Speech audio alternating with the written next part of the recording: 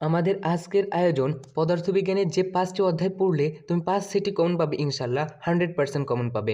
বাড়িতে তোমাদের আর কোনো অধ্যায় পড়তে হবেই না। তোমাদের পদার্থবিজ্ঞান বইয়ে মোট অধ্যায় আছে ১৪টি। তোমরা ১৪টি অধ্যায়ের মধ্যে ৫টি অধ্যায় পড়ে যাবে, 100% কমন পাবে। এখন আমরা পদার্থবিজ্ঞান বইয়ে সবগুলো অধ্যায়ের সাথে আগে পরিচিত হব। আমাদের পদার্থবিজ্ঞান বইয়ে ১৪টি অধ্যায় রয়েছে।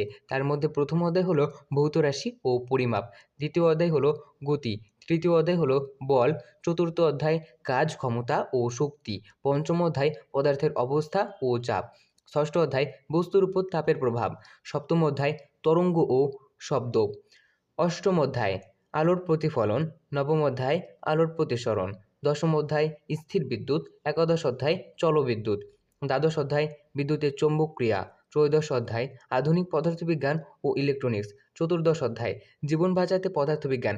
এখন আমরা দেখব ওই ১৪টি অধ্যায়ের মধ্যে কোন ৫টি অধ্যায় পড়লে তুমি 100% প্রিপারেশন নিতে পারবে। এখন আমরা দেখব ৫টি অধ্যায়ের মধ্যে কোন ৫টি অধ্যায় তোমার জন্য পড়তেই হবে।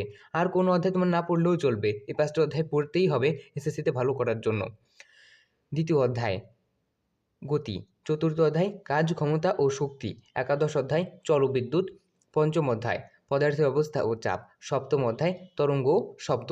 এই ৫টি অধ্যায় তোমার এসএসসিতে 100% প্রিপারেশন জন্য খুব গুরুত্বপূর্ণ। তোমরা ৫টি অধ্যায় পড়ে যাবে, পরীক্ষাতে 100% প্রিপারেশন হয়ে যাবে। আর কোনো বাড়তি অধ্যায় তোমার পড়তেই হবে না।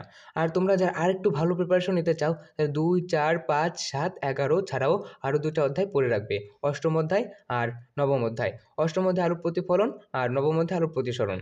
তোমরা অষ্টম অধ্যায়ে আর নবম অধ্যায়ে প্রস্তুতিটা নিয়ে যাবে, তোমাদের জন্য সেটা ভালো হবে। আচ্ছা বন্ধুরা, কেমন লাগলো তোমাদের এই ভিডিওটা তোমরা তা কমেন্ট করে জানাবে, এবং ভালো লাগলে তোমরা আমার এই চ্যানেলটা সাবস্ক্রাইব করে দেবে। আর তোমরা যারা আমার এই ক্লাসটা দেখে উপকৃত হয়েছো, তোমরা তোমাদের বন্ধুদেরকে এই ভিডিওটা শেয়ার করে দেবে, যাতে তারাও আমার ভিডিওটা দেখে উপকৃত হতে পারে, তারা উপকৃত হতে পারে।